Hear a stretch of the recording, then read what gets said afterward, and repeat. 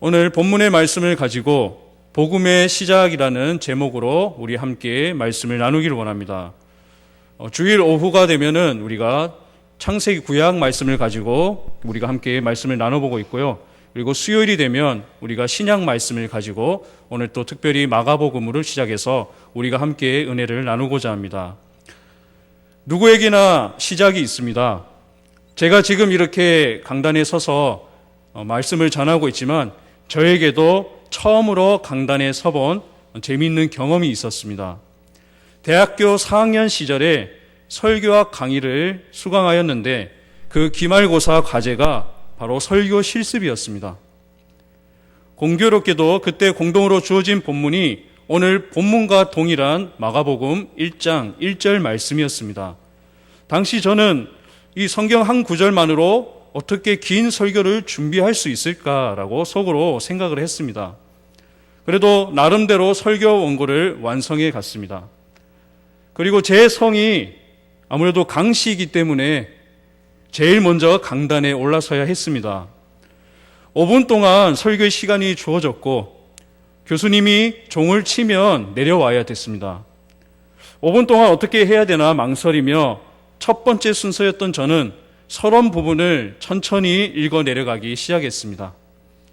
당시에도 제가 시력이 안 좋아서 안경을 썼던 저는 이 안경을 벗은 인상이 더 좋을 것이라 생각을 해서 안경을 제가 벗고 올라갔었습니다. 생전 처음 해보는 설교였고 또 제게 여유가 없었지만 그 설교학 이론에서 배운 대로 청중들과 눈을 마주치며 그리고 대화하듯이 하려고 나름대로 애를 많이 썼으나 본론에 들어가기 전에도 교수님께서 종을 치고 내려와야 됐습니다. 곧이어 바로 교수님의 평가가 시작되었는데 다른 말은 기억이 안 나지만 저에게 충격을 주었던 말씀이 있는데요. 청중을 바라볼 때 범죄자를 쳐다보는 형사처럼 눈을 부릅뜨며 신문하듯이 보지 말라라고 조언을 해주셨고 제 점수는 보나마나 점수가 좋지를 않았습니다. 시력이 나쁘면 눈에 제가 초점을 맞추려고 눈을 찡그리는 그런 버릇이 있었는데 그 당시 저는 설교를 한 것이 아니라 범죄 신문을 하고 있었던 것입니다. 그 이후로 저는 설교를 설 때 결코 안경을 벗지 않게 됐습니다. 예수님께서 살아가실 때 행적을 담고 있는 성경 4권이 있습니다. 우리가 잘 알고 있듯이 마태복음, 마가복음, 누가복음, 요한복음서입니다. 이 4복음서밖에 없는데 그 중에서도 가장 먼저 기록된 성경이 바로 오늘 다룰 마가복음서입니다. 마가복음서는 베드로의 동역자이자 바울의 1차 전도 여행 때 동행한 마가 요한이 기록하였습니다.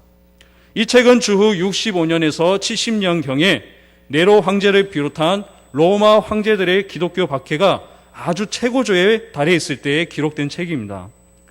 마가는 도저히 지체할 시간이 없었습니다. 박해로 인하여 고난 중에 있는 성도들에게 그리스도의 복음을 그들의 고난을 넉넉하게 감당할 수 있도록 또 용기를 북돋아 주고자 긴급한 사명감을 가지고 기록을 하였습니다.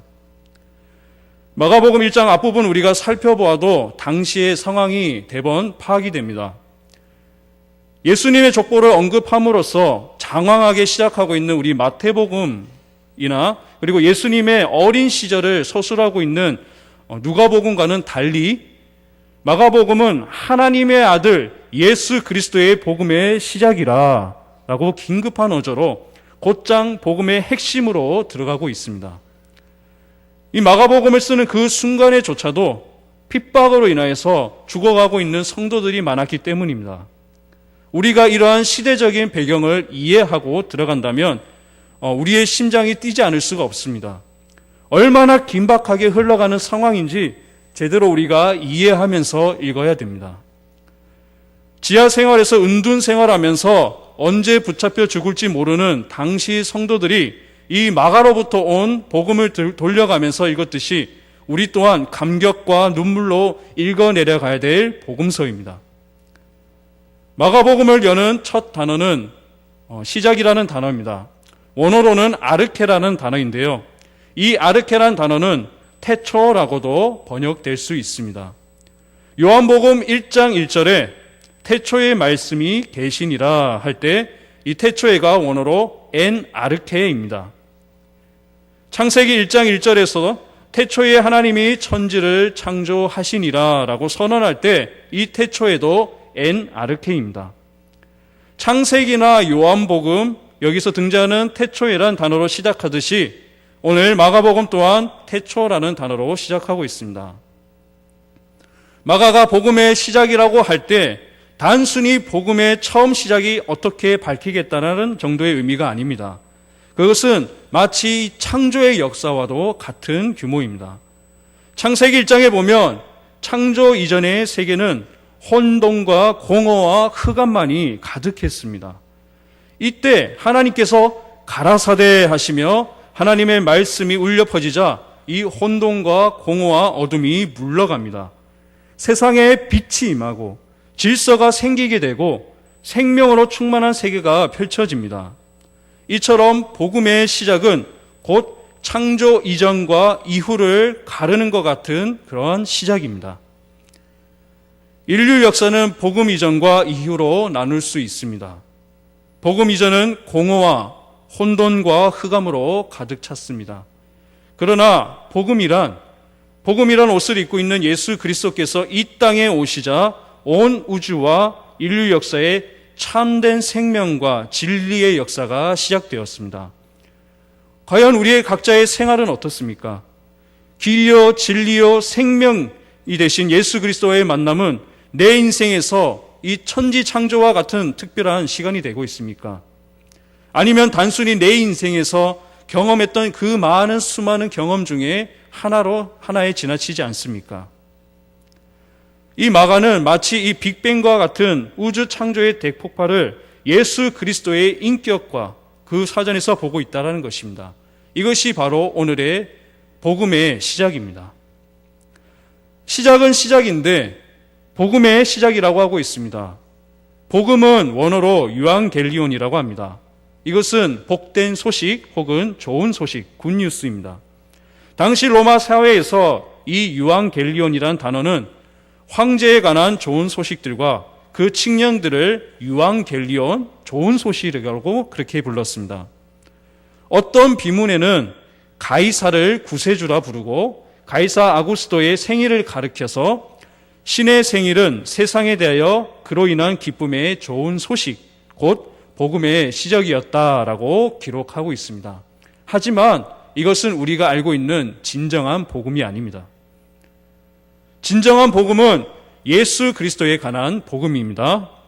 마가는 가이사 등장이 복음이 아니라 오직 예수 그리스도에 관한 소식만이 우리에게 진정한 그리고 기쁨의 소식임을 외치고 있습니다. 누가 우리의 진정한 황제이냐? 누구로부터 오는 소식이 진정한 복음이냐? 마가는 믿음으로 말미암아 핍박받고 있는 그리스도인들에게 복음에 대해서 역설적으로 새로운 정의를 내려주고 있습니다. 당시 성도들이 이전에 알고 있었던 복음은 황제에 의해 핍박을 받고 압제를 당하는 괴로운 것이었다면 이제부터 진정한 복음은 이 땅을 영원히 통치할 왕 대신 메시아이시며 우리를 괴롭게 하던 핍박과 압제로부터 해방시켜 주시고 구원해 주실 하나님의 아들 예수 그리스도를 복음의 기쁨의 시작으로 외치고 있다는 것입니다.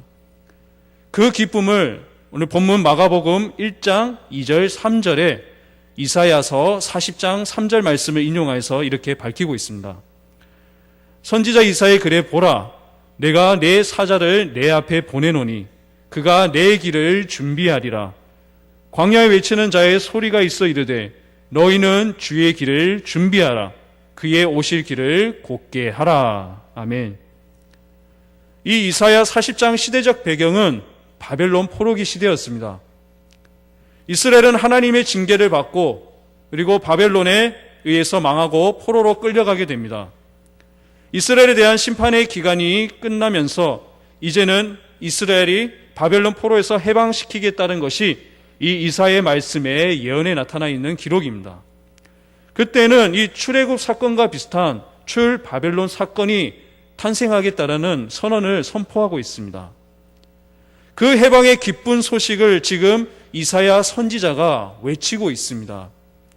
하나님의 사자가 앞서가며 이스라엘 백성들을 이끌고 고향으로 돌아가는 하나님의 길을 예비합니다. 바벨론에서 이스라엘로 다시 돌아오는 그 길 가운데 아라비아 사막이 있었습니다. 중동 지역 사람들은 이 사막을 돌아가면서 우회하면서 왔었습니다. 그러나 이스라엘 백성들은 그렇게 돌아갈 시간적인 여유가 없었습니다. 지금 하나님께서 이스라엘 백성들을 이끌고 행차하시는데 이 사막마저도 하나님 앞에 순종해야 됨을 말씀합니다. 이전 버전인 개역 한글 성경에는 그의 오실 길을 첩경이라고 번역하였는데 이 첩경은 대로 곧 고속도로를 말하고 있습니다. 평탄케 하라는 것은 곧게 하라라는 의미입니다. 높은 산은 낮추고 낮은 곳은 높여서 하나님이 백성에 다닐 대로를 만들라는 것입니다. 우회하지 말고 이 사막 한가운데 고든 길을 내어서 예루살렘에 이르게 하라는 하나님의 말씀을 선포하고 있습니다. 역사의 중심은 예수 그리스도이십니다. 이스라엘은 바벨론의 압제에서 해방시켰듯이 예수 그리스도로 말미암아 우리 인생들은 죄와 사망의 압제로부터 벗어났습니다. 가장 기쁜 소식은 나의 죄를 사함받았다는 소식임을 믿으시기를 바랍니다. 우리들에게서 가장 기쁜 소식이 무엇입니까? 내가 응원하는 선수가 이겼다든지 팀이 이겼다든지 아니면 내가 좋은 직장에 아니면 나의 자녀가 좋은 결혼을 했다든지 그런데 우리가 달려 있습니까? 이런 것도 좋지만 우리의 자녀들과 우리가 예수님을 만나고 예수님을 진정한 나의 왕으로 모시고 선포하는 복음의 신앙으로 자라간다는 것이 가장 큰 기쁨이 될 수 있기를 간절히 축원합니다. 마가복음을 우리가 읽으면서 우리는 예수님에 대해서 두 가지 신앙의 고백을 할 수 있어야 됩니다.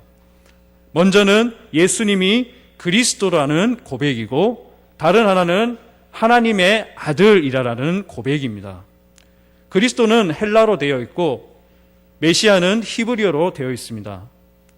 메시아는 그리스도는 기름 부음 받은 자라는 뜻을 가지고 있으며 그 본질이 구원자이라는 의미를 가집니다. 예수님은 이스라엘의 구원자로 오셨고 그리고 나의 인생의 구원자로 이 땅 가운데 오셨습니다. 이 고백은 베드로 사도가 정확하게 하고 있습니다. 마가복음 8장에 보시면 빌립보 가이사랴라는 장소에서 예수님이 질문을 합니다. 너희가 나를 누구라 부르느냐?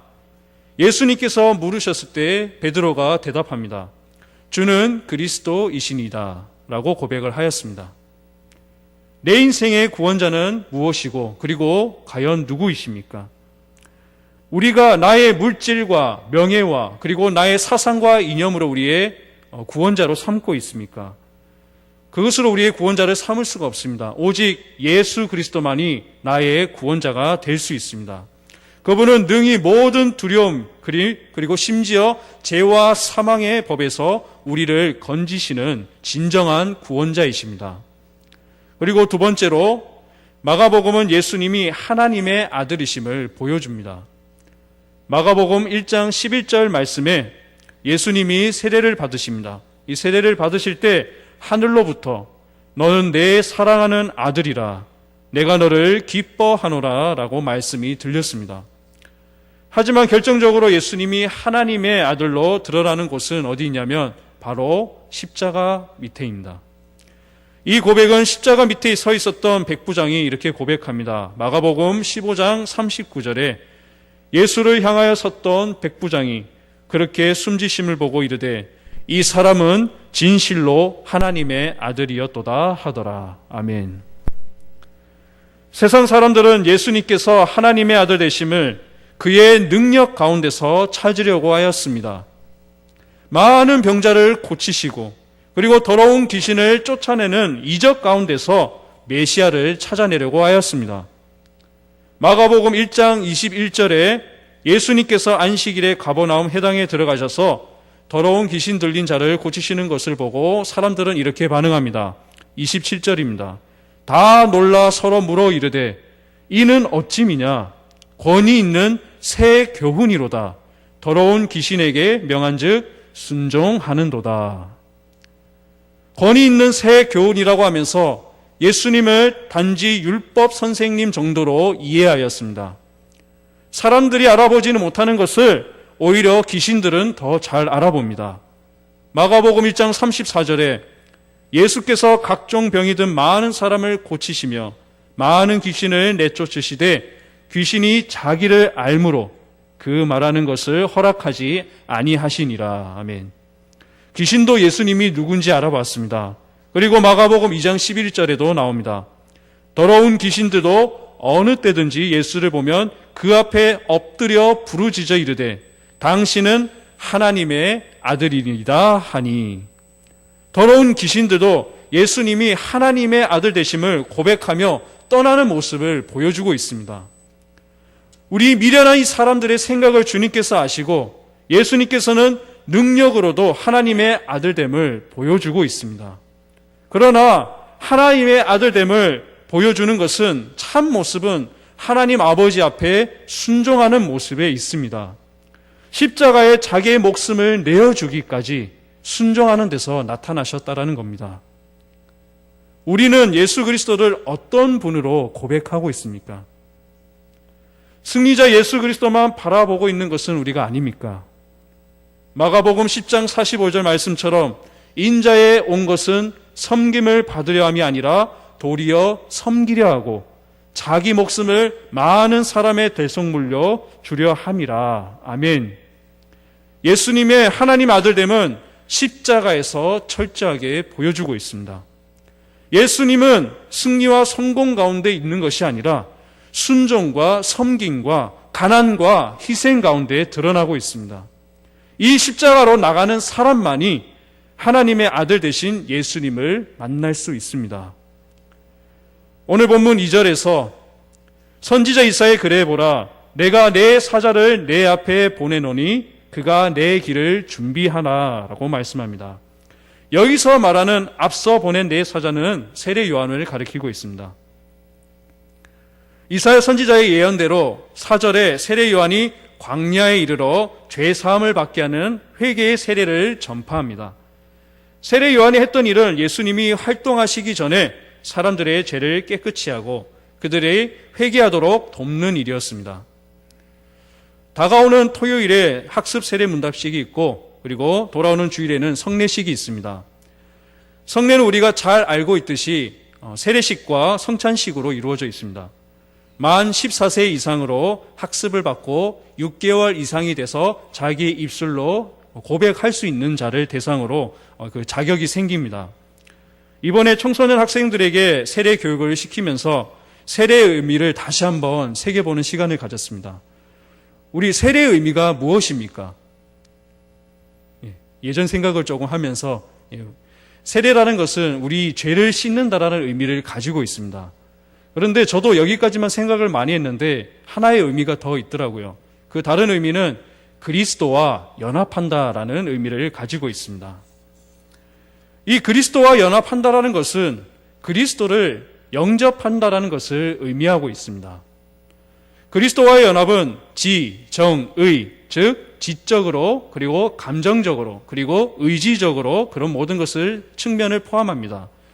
지적인 면에서는 내가 죄인임을 깨닫는 것입니다.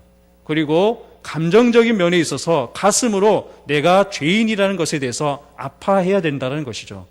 그리고 그것으로 끝나는 것이 아니라 내가 의지적으로 예수 그리스도 앞에 돌이킬 수 있어야 된다는 것입니다.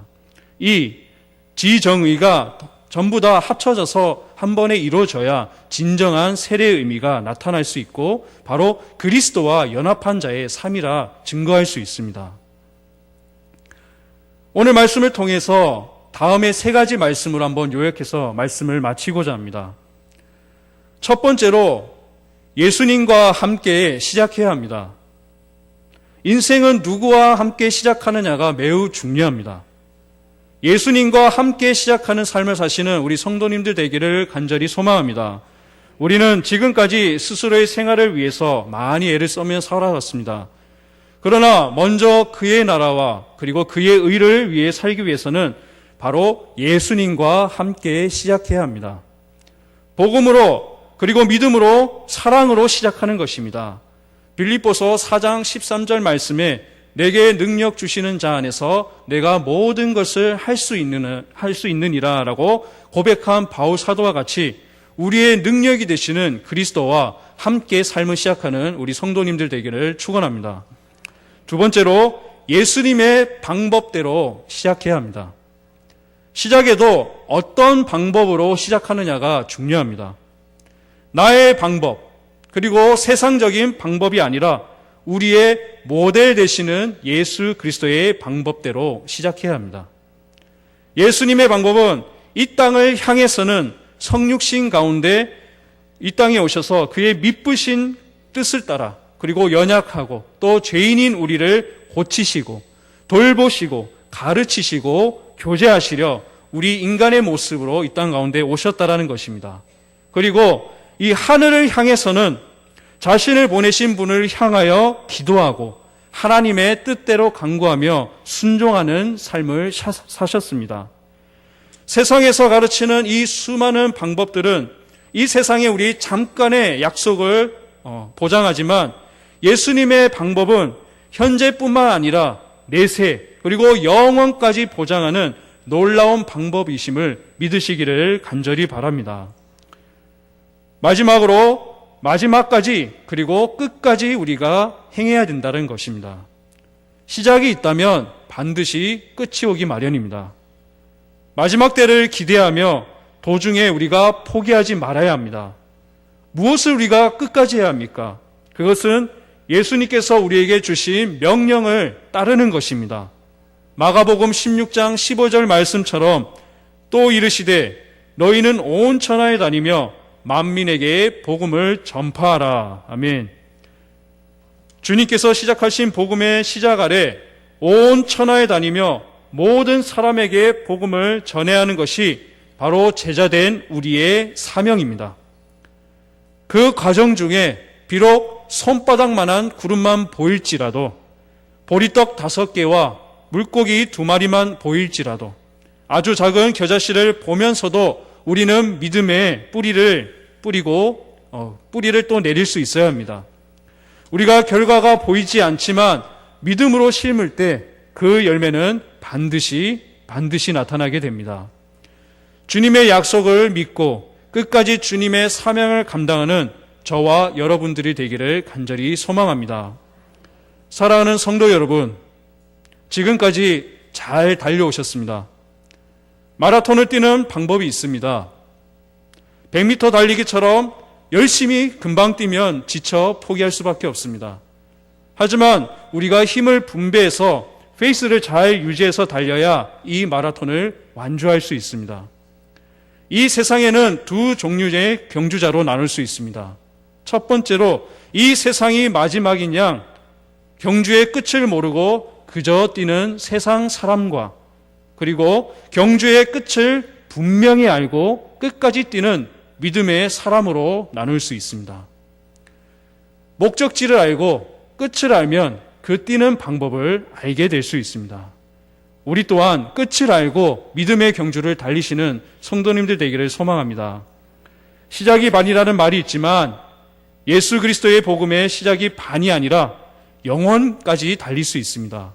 복음의 시작이요 창조주요 구속주요 심판주이신 하나님의 아들 예수 그리스도와 우리가 함께 시작하고 또 그분의 방법대로 우리가 경주하며 그리고 끝까지 이 경주를 참아내며 완주하시는 우리 믿음의 성도님들 되시기를 예수님의 이름으로 간절히 축원합니다. 아멘. 하나님 아버지 감사합니다. 이 시간 우리가 함께 마가복음 1장 1절 말씀을 가지고 복음의 시작이신 예수 그리스도에 대해서 우리가 살펴보았습니다. 이 땅 가운데 우리를 너무나 사랑하셔서 죽을 수밖에 없는 우리를 구원하시려 하나님의 아버지의 독생자 예수 그리스도를 이 땅에 보내셨사오니 그분께서 낮은 모습으로 이 땅 가운데 오셨고 또 하나님 아버지 십자가 가운데서 순종하셨습니다. 우리 또한 이 땅을 살아가면서 우리를 위해 피 흘려주신 그 값을 위해서 우리가 하나님 아버지 살아가기 원하고, 우리 또한 우리 주변을 돌아보며 내가 구원받은 것처럼 우리 이웃과 가족과 또 온 세계에 이르러서 하나님의 명령을 순종하며 또 복음을 전파할 수 있는 믿음의 경주자들 될 수 있도록 인도하여 주시옵소서. 이 말씀을 새기고 우리가 끝까지 목적지를 알고 올바른 경주자로 세워질 수 있도록 함께하여 주시옵소서. 이 모든 말씀을 살아계신 예수님의 이름으로 간절히 기도하옵나이다. 아멘.